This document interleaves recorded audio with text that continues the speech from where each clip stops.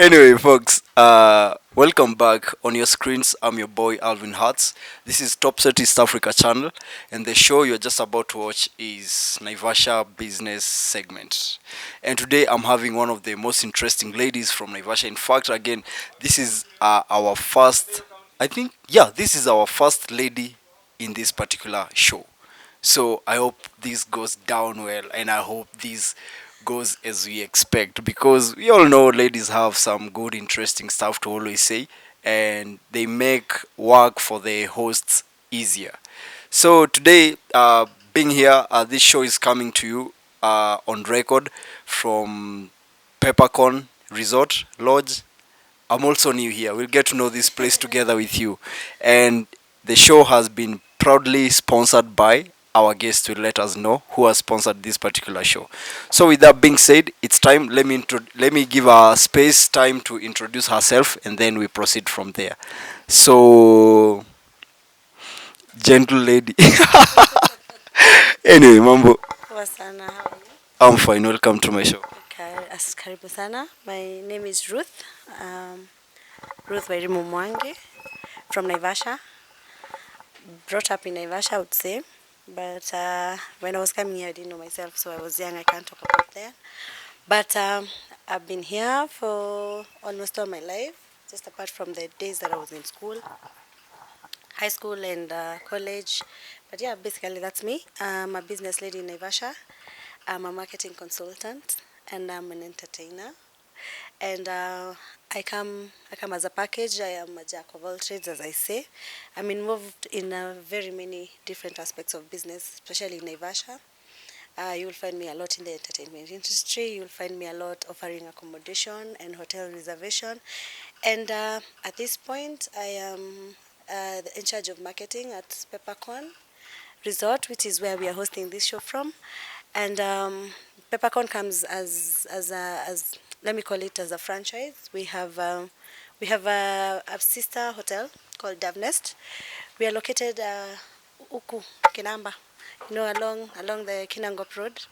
That is where we are located. About I think about 3 kilometers from the junction, of Nairobi Naivasha Highway. That is where we are. What else do you want me to say for now? I'd like you to introduce the sponsors of this particular show today. By the way, folks, I know most of the time I've been hosting shows, you've always seen my table empty. Bila kitu inakuanga tu na laptop, simu and everything and things that one cannot consume. At least today for us we don't have a sanitizer, so I cannot be here like sanitize like Jalago does. I hope one sanitizer company can also consider that. We have quite enough space right here. Come on with your products, let's market you. If you are a business person in Naivasha producing certain type of products, we can always work with it.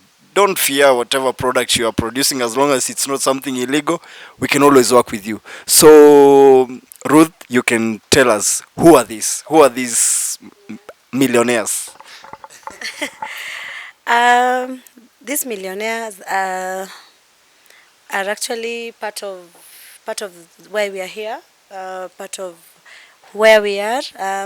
This company is called Dailin Industry. It's a sister company to Peppercorn and Dove Nest. So this is actually our water. So even when you're here with us, this is the water we serve. This is a key accounts water. It's called Savvy water. It's a premium water. This one is the one you'll find in every market. This is Carigen. And the very tasteful water they're made from here, from this side of Kinangop.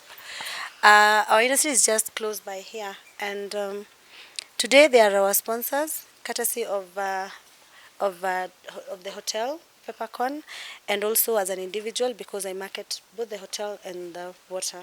Yes. That's interesting. Let me ask you something as we just proceed on. What's the difference between these two waters? Because I can see they are bottled differently, they are labeled differently. What is it about? I also want to understand something about this stuff because I'm also dreaming of becoming a business person. So nataka nijue pia mi kila kitu. I'm just curious, like naonanga pia even huko nje kwa market, the different waters are being packaged differently. I mean, water is being packaged differently, and when you drink them, I don't know. Can you differentiate the taste? Tell us a little bit more about the packaging and stuff. It's time market these products. Tuzijue poa. I want to be familiar. Yeah. Uh, when it comes to water, the only difference with packaging is solely determined on costs, solely determined on target markets. So these two products are for different markets. The reason why we call it a premium water is because you can see the bottling is very different. It's a clear bottling, and also even the whatever the material used is so different from this one. So basically, it's usually this one is a junior product of this one, so that we can be able to handle all the markets. This water, like here at the hotel, we sell it at 150. So for both our outside markets, you'll find it at 150. The liter one, you'll find it at around 200 to 50, depending with the place and with the market itself, depending with the what do you call it, the environment. It is, I don't know, the environment is such a not a proper word. The market segment. Let me say that, like. For example, in Naivasha, you'll find Savvy water along Moit South Lake Road a lot in the hotels around there, because of the hotels around there and because of the type of market. There is a client you cannot sell this water to, because clearly to them they feel that it's an inferior product because maybe of the color and all that. But for this one, there's also a client who cannot sell this one because automatically they'll rule it out and think it's expensive. Yeah, it's beyond. Yeah, it's for conferences. It's beyond that. Also, for these two products, this one we use it more to do branded, to brand for events, for companies, for all that. So this one is an easy bottle to brand than this one. So those are the major differences. But basically, the water is still the same water. It's just the difference is just packaging and the market target. That's it. Yes. So zote zinakata kiu. Zote zinakata. So so mtu anaweza kunywa yote na asikie poa. Yeah, Oh, at zote. least now I'm familiar with the products now. Savvy water, Carigen water. Anyway, that's great. That's awesome. A nice way to start a business show in a way. Anyway, this is interesting, guys. We are making moves. We are making moves. We are not even 1 year old, but I hope you can see. I'm so proud of myself. I'm so proud of Ruth. Nimezoea kukuita Nimo. Why is this? That's what Ashina nimekwama. Okay, what's your real name? Mimi nilikujua when we were getting familiar with each other. I knew you as Nemo. Where does Ruth come from? Tell us a little bit more about yourself. I'll help you hold them. Ruth is I say Ruth is my daughter's my dad's child. I'll put it in a simple way. Ruth is my father's daughter. Nemo is a creation of myself, and people know me differently according to where we've met. If you call me Nemo, I will know I've either met you in campus or I met you huko nje, other places. You know the places like where we met, for example. You will find me in the internet, in the entertainment. That is where you'll find Nemo. Nemo is very, very outgoing. Very, that one you know for a fact. I'm very outgoing, very aggressive, and I usually call her smarter than Ruth. So Nemo, so that's those are the descriptions of who Nemo is. Yeah. Nemo's personality. Tell us about Ruth. So you see, I have multiple personality disorder. Let's start there. But okay, Ruth. As I said, Ruth is basically my quiet side, and very focused as well. Very, very focused, very business minded, very serious. Ruth wears suits, Nemo doesn't wear suits. That's the difference between the two. So Ruth is me, and as I said, I'm a marketing consultant. I have worked with very many companies, especially in Naivasha. and even out of Naivasha, even major ones with big names. Um, yeah, for I've worked with alcohol companies. I've worked with Keroche Industries. I was a territorial sales manager in Naivasha, and I did that I think for 2 years. And with that, I have held different capacities and different positions in Keroche. I also worked for them in Nairobi. So that was basically the basis of my marketing career. I would say that. Then I've worked with a company called Rugold. It's a German-based company that was importing. Is it importing? That was bringing alcohol to Kenya. So we were selling it in Kenya. And I think this is my first TV show, so you have to take me slowly. Hata wewe ndio unaenda mbio. Mimi sina haraka. I have no pressure. We are all yes. Tumekula lunch na tumeshiba. By the way, the lunch here, we'll get to that. We'll talk about that. We are coming back to Peppercorn. Saizi tuko Rugold. So Rugold, I worked there for a whole year, and then from there I've done different companies, especially for water and even personal businesses and SMEs. My I usually say my influence in life is to ensure that I make a business grow and and uh, um, yeah, and I mean build a business to growth level, to a place where it can stand by itself. That is what I do in life. That is what my consultancy is all about. So from there, I've been doing a lot of hotel reservation and things that we call Airbnb. I'm the Airbnb guru in Naivasha. That's one you have to know. So in case you have accommodation issues, you want a place to sleep, you want a place to hang out, you want to have a hotel conference and all that, those are the things I do as a person. People can contact you and you can always give them best deals according to their requests. Yes, exactly. I work very closely with the house owners because most of them I work with individuals, and I usually we have a deal that both of us have. I mean, the three of us have to get into a place that hakuna mwenye amefinyika, let me put it like that. So I have to make sure that the house owner is comfortable, I have to make sure my client is comfortable, and I have to be comfortable as well. So it's always a three-way relationship. That's what I would say. That's nice. So probably if someone would like to book a house with you, how can we find you? I normally use my number mostly, but I have an email address for the company because I have the company for that. It's called Swal Consultants. It's a registered company, and that's how we can be able even to work with government parastatals and all that. So to find me, you can use my number 0725 087 257, and my email address is swalconsults@gmail.com. That's my number has WhatsApp and has you can call or WhatsApp or text. I'll still receive them. That's perfect. We shall run those details below down there on the screen. Definitely they will get to reach out. And for people who are watching us from Tanzania, Uganda, Rwanda, probably just out of Kenya, 07 will lead you someplace. So do +254 and then take that contact right there, and always contact Maggie whenever you want to visit Kenya. Come to Naivasha. This is always the first destination. I feel like Naivasha, let's talk a little bit about Naivasha. I feel like Naivasha is one of the places where life is so much affordable with I don't know how I can put it. Yani, we have that standard that's also so much affordable. How do you feel about Naivasha from the period of time that you've been here?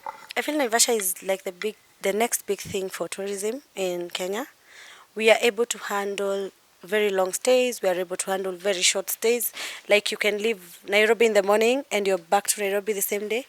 And to most towns in Kenya, we are almost central placed.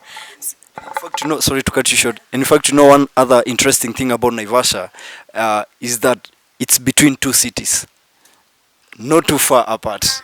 It's between Nakuru City and Nairobi City. Yeah. So, how do you feel about this? As this, do you feel like it's going to improve your business in any way? Do you feel it as an advantage or a disadvantage in some way? How do you? Uh, for me, it's a very big advantage because the things that can happen if I've started calling me, the things that can happen in between. So I'm sure it's work. Mwambie uko kwa show na. Hello, hello. Yes, Vivian. I am on a TV show. Can I call you back kindly? Okay, for real, for real. Yeah, I'm on on Topset Media. So I'll call you back. That's my very good friend. Lazima atahakikisha amefuata. Anyway, it just had to happen. I was anticipating. You really wanted a call. At least. All my friends will watch it. Don't worry. I know. I am absolutely sure, and I have a big following. So so as we were saying, we were talking about Naivasha and the advantages of it being in between the two cities. Uh, I think the positivity will come with increase in so many things because a city comes with benefits both from the government, from parastatals, from everyone. So in terms of even service provision, because as much as we are in a city, the city happens to be our headquarter for our county. So you see the benefits are rolling down on us. Secondly, for my kind of business, which deals with people, I feel that there is a lot of traffic in between Nairobi and Nakuru that we have to have. We call they have to triple down on us. That is, there is no way two way. So yeah, I feel like I'm living in Naivasha in the best times to live here. Definitely. I also feel the same. If there's one person who's really proud of Naivasha and so much happy being a Naivasha person, is me. I don't know why, but again, I was born right in this place. 1997, that's when I was born. I've been living in Naivasha for the longest time ever. Sidhani kama kuna time nishai spend over a month out of Naivasha. I don't know. And again, there's something else apart from Nairobi being the city, apart from Naivasha being the town between two cities. We also have that particular thing as GR. We have a dry port at Suswa. How do you also feel about it? What's your message towards people who are so much in need of moving away from Naivasha, going to look for greener pastures in Nairobi? What can you tell these people? Because I have so many friends that I've lost because of that. Hey, buda naenda nice, sijui nini, niko kwa shughuli, niko na job, niko na shule. What can you tell these people? First of all, as we are in a growing town, we are definitely in a developing and evolving town.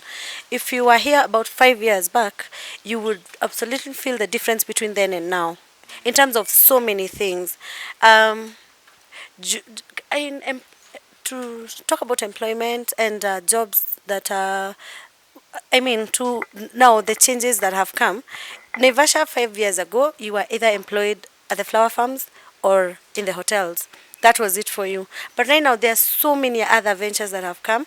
There's so many ways you can venture into, especially businesses and all that. Can I pick a client's call? Pick it. We are doing business as we are going on. You also tell them where you are. Hi, Dave. No. I'm still getting into it. So give me a few minutes. I'm on a show actually, but I'm about to finish. Yeah, just give me a minute. I'll sort you out. All right. I'll sort you out. Just a few minutes. I finish. I sort you out. Okay. That's someone who needs a house to sleep tonight.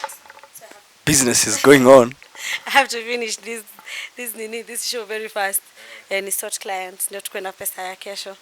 Most definitely. We can always go on a short break and then you finish up with whatever you're doing. But before that, you are saying something about you are telling my people who are moving away from Naivasha something, because this message has to get to them. Right now, as much as you might think that the jobs are coming at too true white collar, there's so much opportunities for businesses. There's so much potential for businesses, as small as it is. I was telling a friend of mine, right now, even if you started a nyanya na kitungu biashara in Naivasha, you're good to go. If you started a garbage collection thing, you're good to go. Everything that we want right now, Naivasha is going to give us that, because our resources are just too much. And where we are placed in a very good place, because now, as you can see, with SGR coming, means there's so many things opened up, even the tourism, even the small businesses like transport and all that, all those things have really opened up. Yeah, so yeah, those ones who want to go, you will go, other people will come, because they will see the void, they will see the gap, and they will come. So you need to make hay when the sun still shines. So yeah. Perfect. And talking about that, also feel like most people are going to get displaced because whatever it is that they have the potential to do in Naivasha, they can do it, but they are moving out of Naivasha, going to Nairobi, maybe going to Nakuru to do whatever it is that they could have done here in Naivasha and grow with it.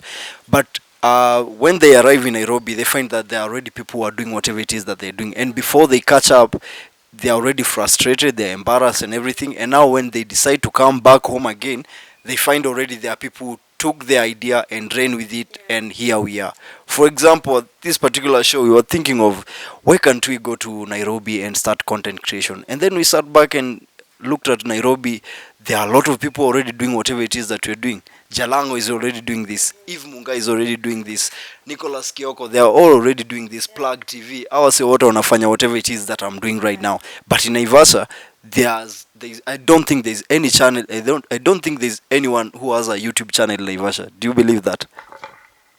Hata kama wako, I don't think they have gotten to where you are. And believe me, when you started, you just told me before, where you started is not where you are right now. You've already said before that ulikuwa na table empty, but see, you are a step further today. So these things is all about consistencies. It's all about waking up every day to do the same thing until it yields results. When we were talking about, well, okay, my exactly the reason why I'm on this show, when I came to Naivasha, I went around and did so many jobs. My head was fixated that I have to be employed. My dad, the dad to Ruth, I keep mentioning, he knew that there is nothing else I'll do apart from be employed. We looked for jobs. I have an uncle who is in a very big place in Naivasha. We pressured him until now I felt this one is too much pressure. But my heart was not in whatever I was being told to do. My heart was not there. My concentration was not there. But the moment I woke up and I decided, you know what, it's about to go down, and I decided to do consultation, I have seen immense improvement in my life, in my confidence, in so many things.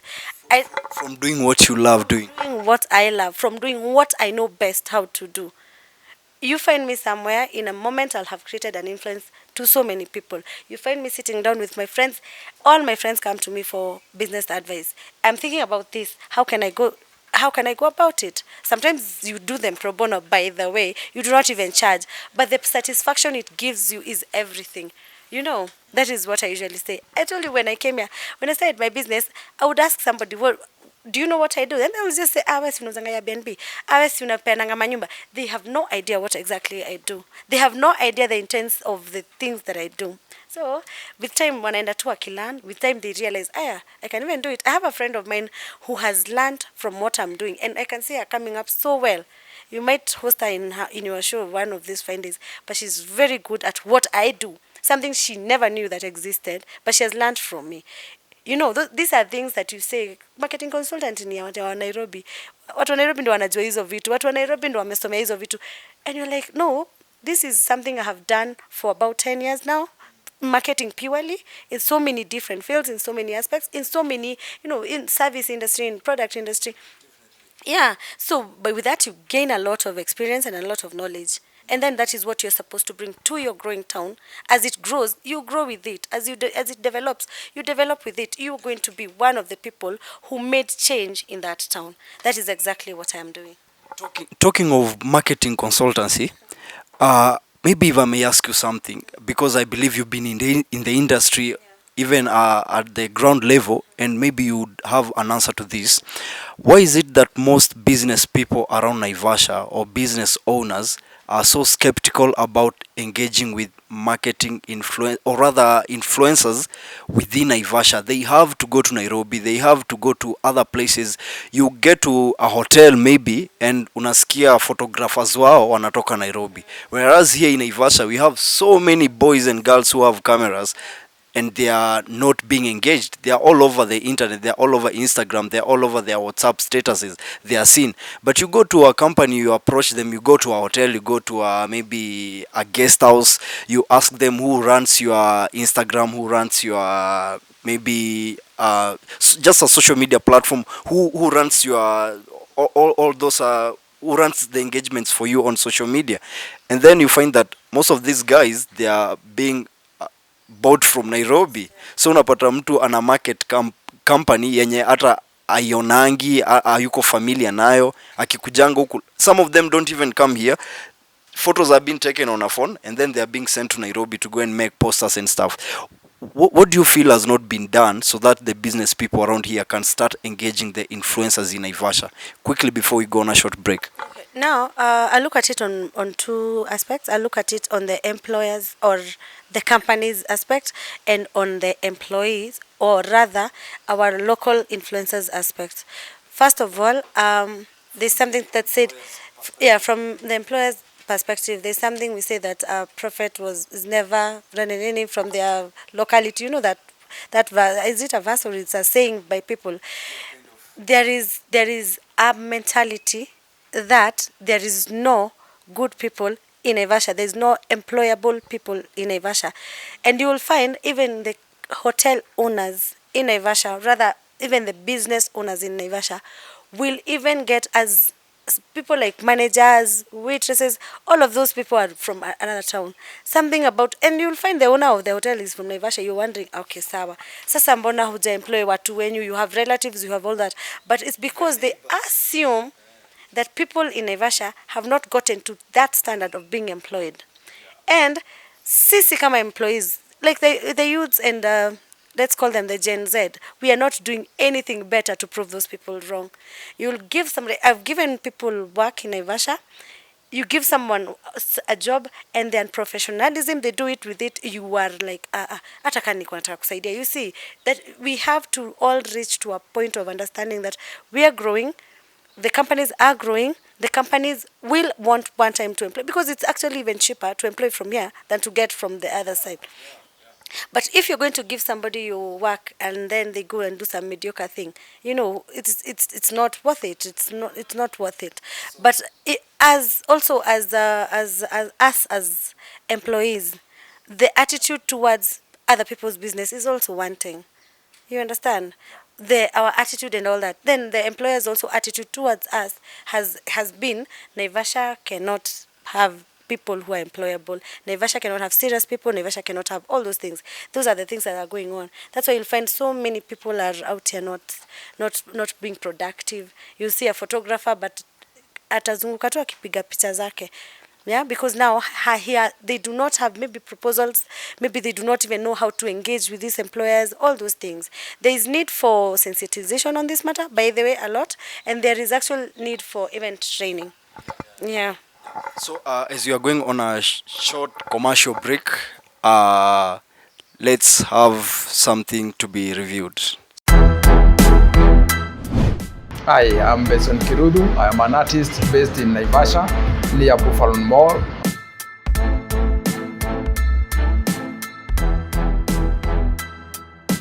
And this is our studio.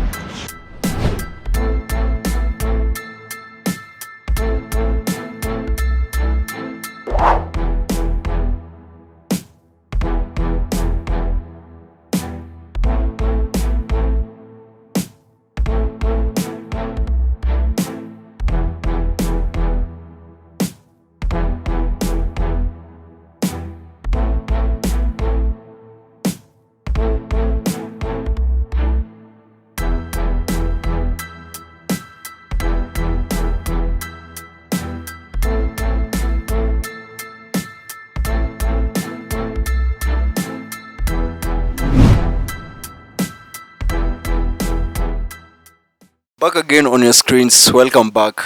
This is Topset East Africa channel, and the show you're watching is Naivasha Businesses with Ruth Nemo, my best guest so far, and the only lady we've had a chance to host in our show, and I hope it's not going to be the last one. We are going to proceed on na hii mtindo hii na mabeshte wake. I know they are going to come through. So Nemo, as we were on a short break, we were talking about the particular. Oh, before we went on a short break, we were talking about why the business owners around Naivasha are reluctant or rather skeptical in engaging with the influencers, with the local influencers. Something I forgot to ask: is it also because they don't value the local market, or what is it about? Because kwa watu wengine wataiona ni kama mahoteli mob zinajimarket sana Nairobi na nini na huko nje, they don't feel the urge to market themselves here in Naivasha because ni kama wana feel Naivasha yezi wapatia ile pesa ama yezi wapatia wale ma customer wenye wanataka. Do you also feel that that's one other thing about it? Yeah,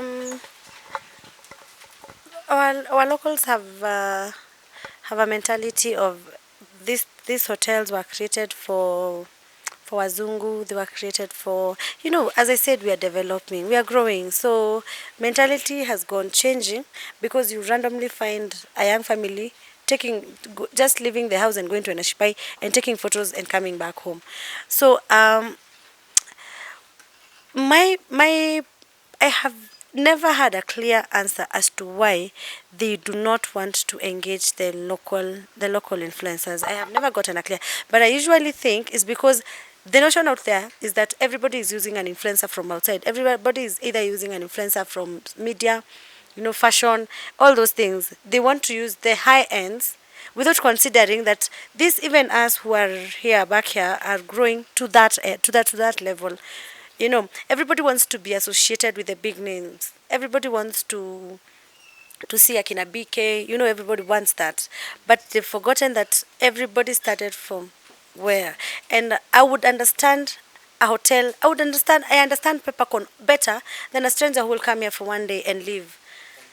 And take photos and leave, because I will understand the pricing, the costing, the everything. I will understand where my employee is coming from. I will understand what our sales per month. I will understand all those things, and I'm able to know, if given this place, there is no way I can expect someone from Nairobi to leave Nairobi to come and do a gym here every evening. It's not possible. So you definitely, if you have placed your hotel, like, let me say, like the where we are right now, then you need the local market more than you actually need the people from outside.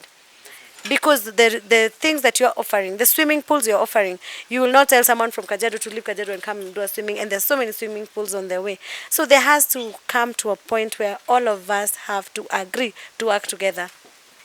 Yes, we have gotten there. The world is taking us there. Yeah. So definitely, like looking also at things like swimming pool, gym, spa services, food. Also believe one cannot come from Nairobi Westlands coming to Naivasha kukuja ku attend spa hapa. I know we have so many other better options in the city than we have here in Naivasha. So who are the particular customers of these particular services? I believe it's us, the locals, and it's the local society that supports this particular offers from the hotels na ina grow. Moving forward, kuna kitu nimefikiria hapa, sijui mbona na feel ni kama unachokoza Analisa Muigai. What's this? Wase, kuna mtu hapa anachokoza Analisa Muigai wa executive still water, or is it premium water? I don't know. Mbona unamchokoza? Mko na beef ama nini? What's happening? And you also, I heard you mentioned somewhere ushai work Keroche. Kuna venye naona uchokozi hapa. Hebu mtu atuambie. Hebu tell us, beef ni ya nini? Wherever she is, she absolutely knows that I don't have beef with her. I don't have beef with Keroche. As I said, they set up my life, my career in marketing. They are one of my push forwards. So they have given me a name. They've given me a a voice, you know. I can come and say, yeah, and I can come and say comfortably that I worked for Kerota and I learned a lot, especially from my bosses and all that. That is where I learned my discipline for working, my report making, all those things I learned from there. I have no issues with with Annalisa. In a French we say "Shitini nanagiranyeki." So we are all here to hustle. We are all here to hustle. Uh, this water looks a little like a little like, yeah, It's classy. It goes along that particular same line. to be honest, executive were one of the first people to do water in this type of class. So this set a standard. We are only bringing better. We are only bringing competition. Competition is healthy, and I have no issues with Annalisa. I'm actually hoping that someday she will even, follow me on Instagram. Me, my greatest wish is that someday tukae naye kwa hii kiti, the same spot you're sitting. I really believe that will happen. And again, another thing, she's one of the girls that I really admire in the Kenyan industry. Like, she's one of that kind of light. Anyone who knows me knows how much I really like posting about her. Whenever I want to emphasize on a certain thing concerning girls, maybe I want to motivate girls some way, I always like mentioning Annalisa. Like you see, for example, Annalisa and stuff. So Annalisa, if you're watching, sisi hatuna beef. Nilikuwa tunachokoza nisikie kama kona beef. I know hapo hakuna beef.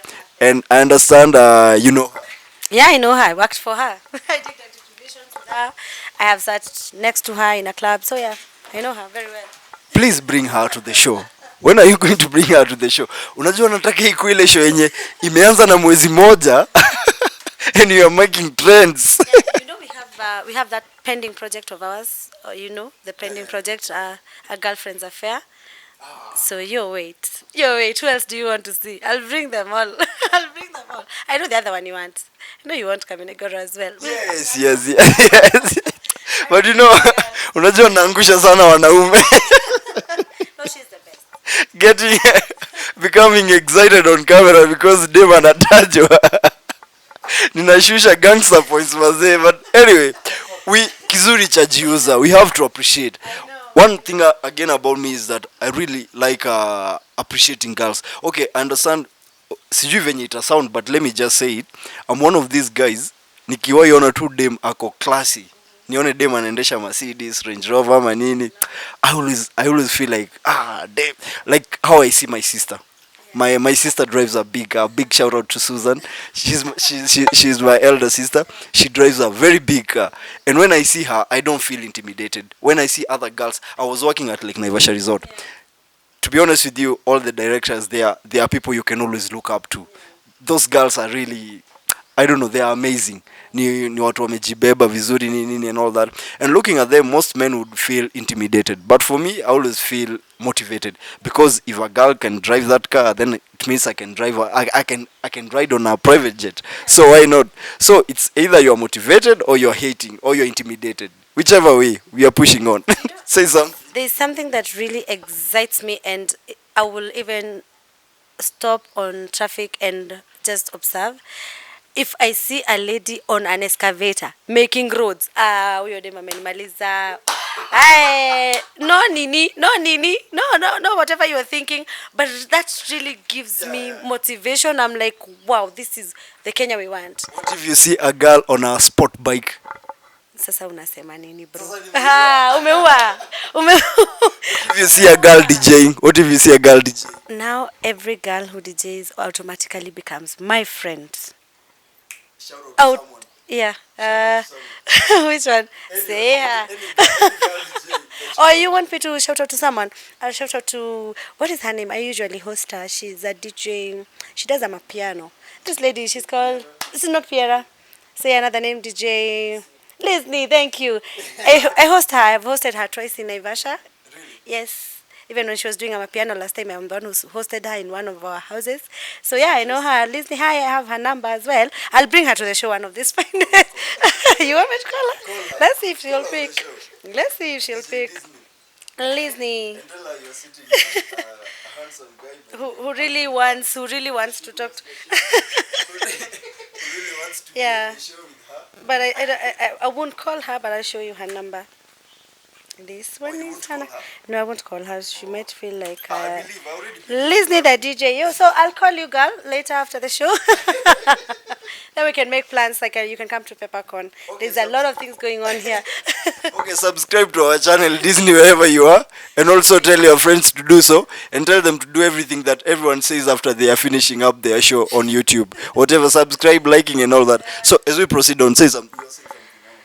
What was I? We were talking about ladies and being able to do, yeah, being able to do what men can do, because life is pushing us to that. That is the reason why some of us grind so hard. That is the reason why I could not allow anyone else to be cheerleader of influences of eclipse. There is no way ningekubali mwanaume achukue kiti because I want to lead. I want to represent the women out here. Yeah. So yeah, that's it. What can you tell wale mademu wa fair? Mademu wa kutumiwa fair? Mimi siongeangi na mademu wa kutumiwa fair.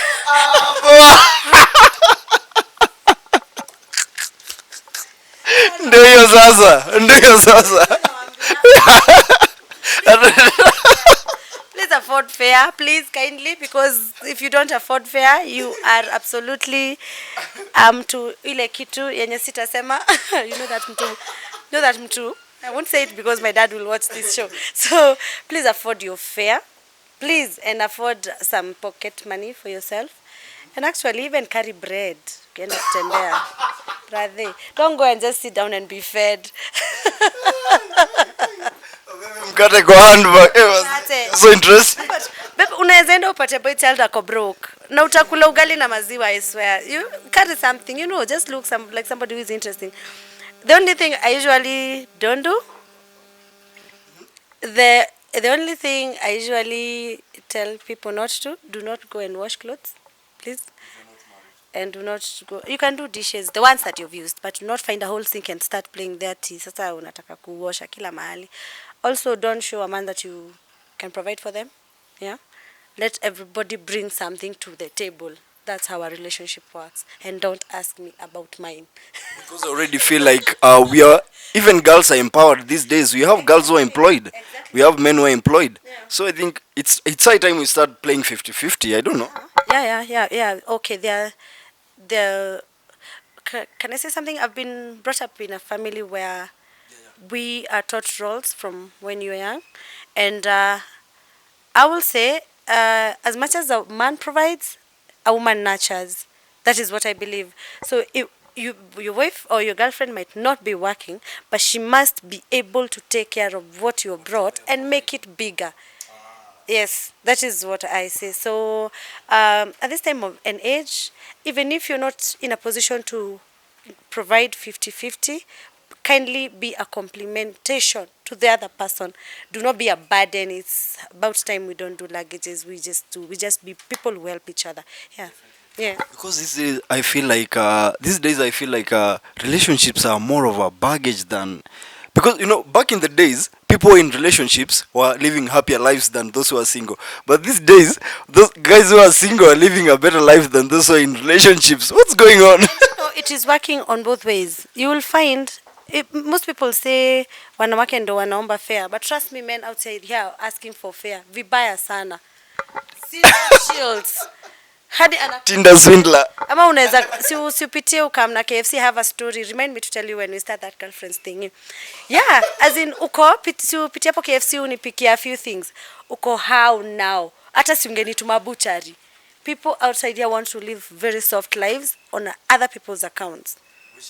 It is not good.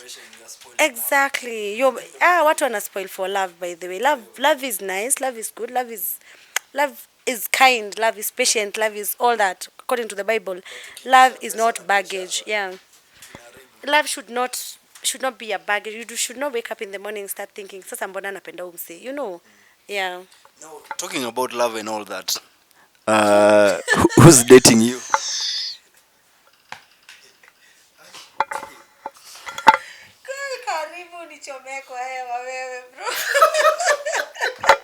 Who's dating you? Tell us. Wow. We talked so much about love. Yeah. Who's dating me? Who are you dating? Who's dating me, by the way? Who uh, Wewe bwana nyamaza nyuma ya kamera. Tinder. Amesema Tinder, amesema oh god. Mimi wa Tinder. Mimi wa Tinder.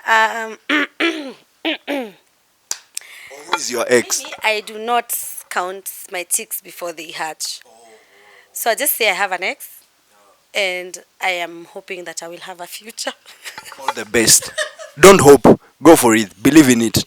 All the best. This life is beautiful. This life is long. We have long days to come. So you cannot you cannot like afford to live sad days ahead. Maybe I believe in love, and I usually say as long as someone is there to be loved, I will love you with every bit of me. But when you leave, we wait, we get someone else, we love them. I have no issues with loving a lot of people. I can love so many people. Yeah. But not a lot at the same time. I don't know, maybe.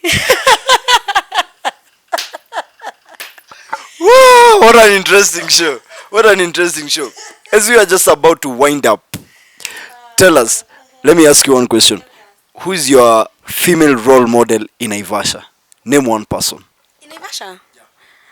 I have a friend called Mercy. What does she do? Mercy has Airbnbs as well. I work for her. And she has a baby shop in town. And she is a community health officer. So currently she's doing projects with shelter houses. She's doing projects with children's homes, the elderly and all that. But she has the purest of hearts, and then she's married properly, and she has nakona tabia mzuri sana. So yeah, that's my role model, by the way. I have a friend called V. She's aggressive as they come. She's your greatest influencer in whatever it is that you're doing. Yeah, she's the one who taught. For ladies wise, she's one of the people who started working with on Airbnb, and she has a lot of things going on with her. She analimanga, anafanya catering. Yeah, she's good people. With that being said, let's go on a short commercial break, and then we come up and wind this particular show.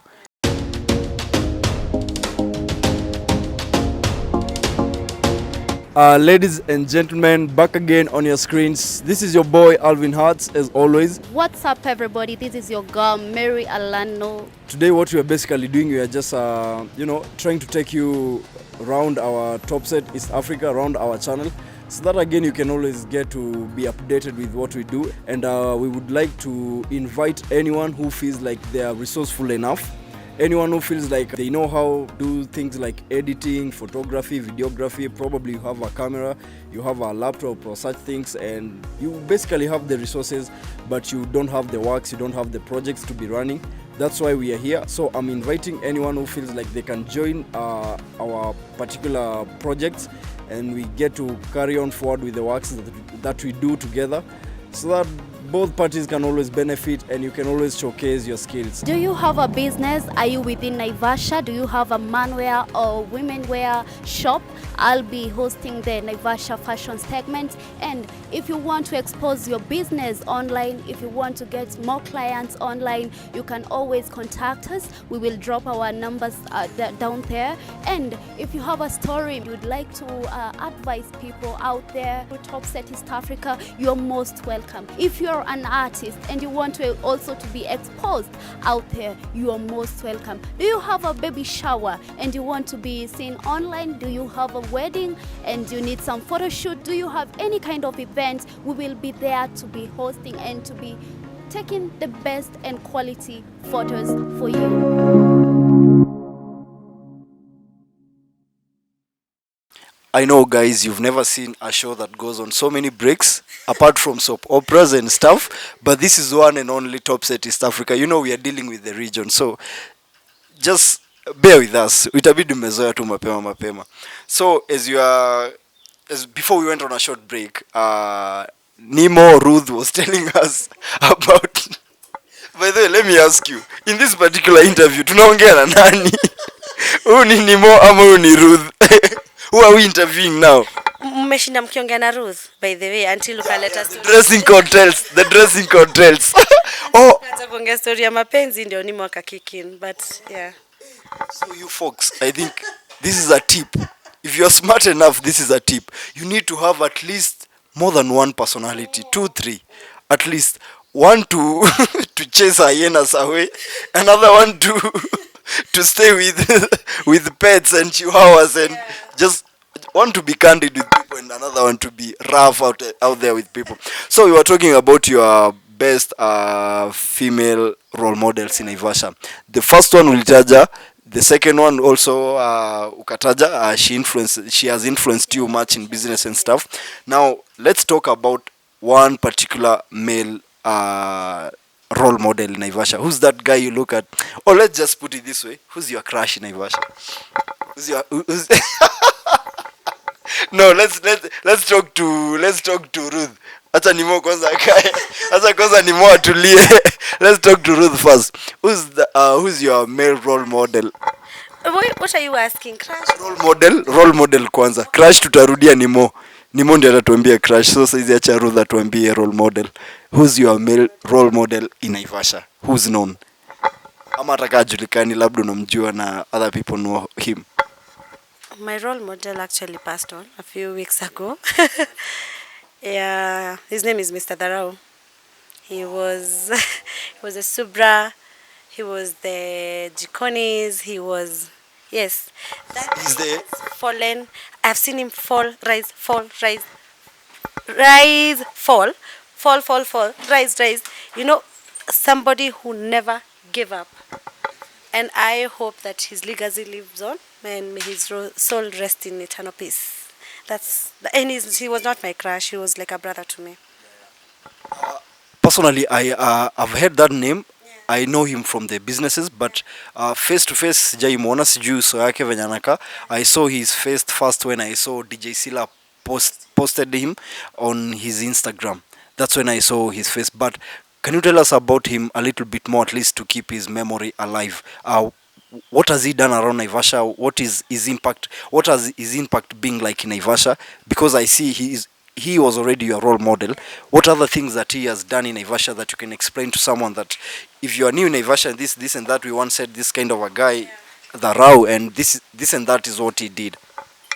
If you see a person who can be able to employ 100 people at a go, that absolutely is everything.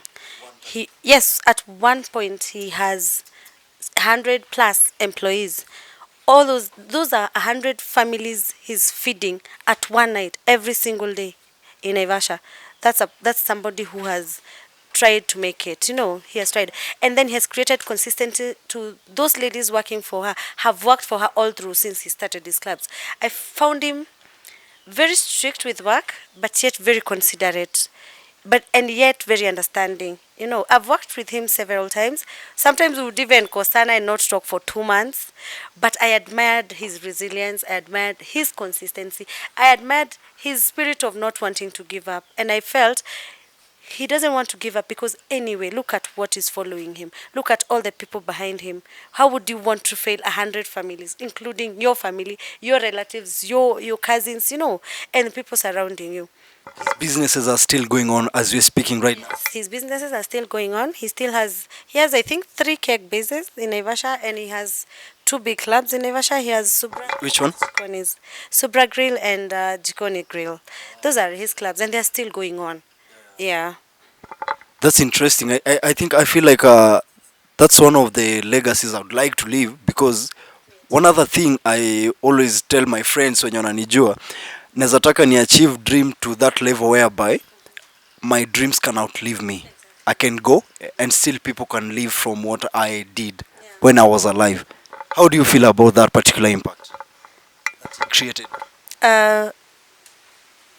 I think that is a purpose that we need all to set, because positive legacy will follow you even to the 2nd, 3rd, and 4th generation. That's actually the Bible.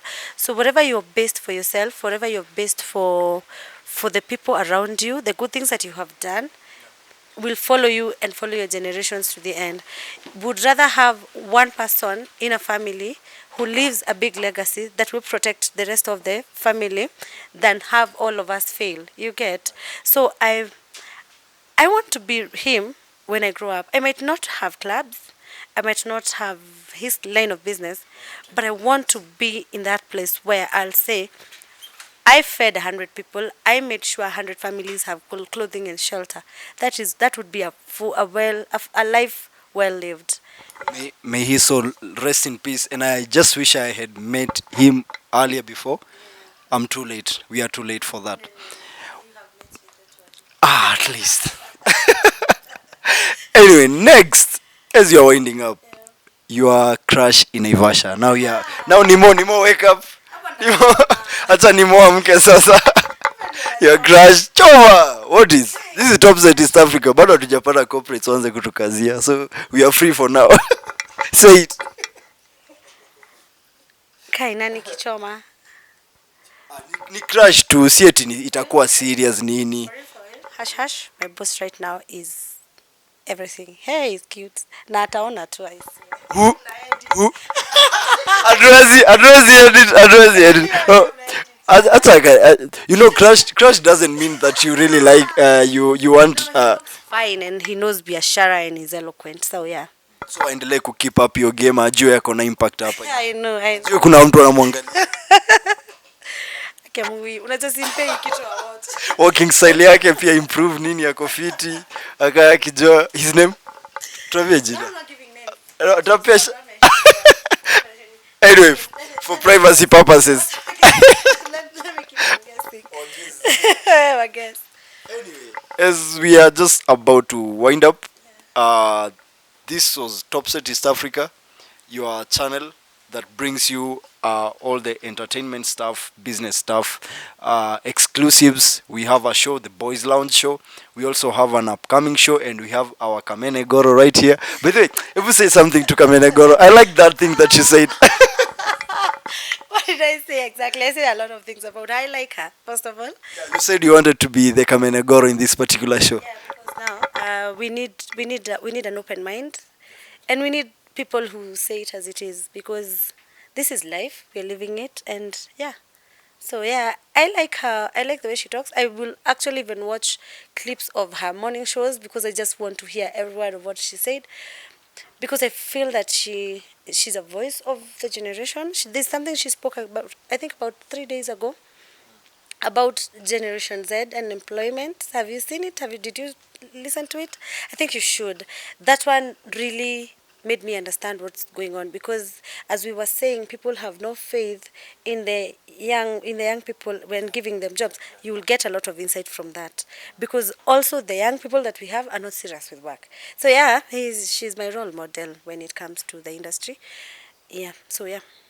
That's interesting, Kamena Goro. If you're watching, this is Topset East Africa. We are in Naivasha. We are welcoming you. Anytime you're in Naivasha, just know your impact inatufikia hapa pia. With that being said, your closing remarks straight to this camera. I want you to tell girls something between the age of 18 to the age of 30. Do you feel like you can unaweza waambia kitu ama to reduce to 25, 18 to 30? Yeah, okay. Really? Yes. No way. Yes. No way. Yes. No, just talk to girls between the age of 18 and 25, because I believe you're around 26, 27. Oh my. No way. Wow. Your wisdom cannot surpass like. Really? Really? You're lying. You're lying. I'll show you my advance with the show. Okay. Girls from the age of 18 to 30 years old, living in Naivasha. Straight to this camera. Tell them something. 30 seconds. First of all, get a bearing of your life. Work as young as now. Work. Make purpose with your life. Do not hurry into the societal, expectations before you actually work on yourself. The most important thing is to know yourself. The most important thing is to understand yourself, to love yourself very much, and to know what you want in life, because things are here, they might confuse you. There's so many things to do, and without proper directions and guidance, you might end up moving around without a purpose in life. Yes, that's it. That's so deep, girls. If you're watching this, no, I still don't believe. No, okay, you can be young with an old man's wisdom. I believe. So I still don't believe. I'll really have to check on that ID. Again, straight to this camera. Talk to the boys between the age of 18 and 30. Ambia wanaume kitu. Wanaume. Maboy. We, maboy. Ukisema wanaume inakaa wababa. Wababa boy. Siku hizi wababa wanaanza hata 22 unapata ni wababa. Anyway, wale maboy wako. Mimi nilikuwa nafikiria ni wale maboy wako na kitambi, hao ndio wababa. Pia ni wababa. Bro.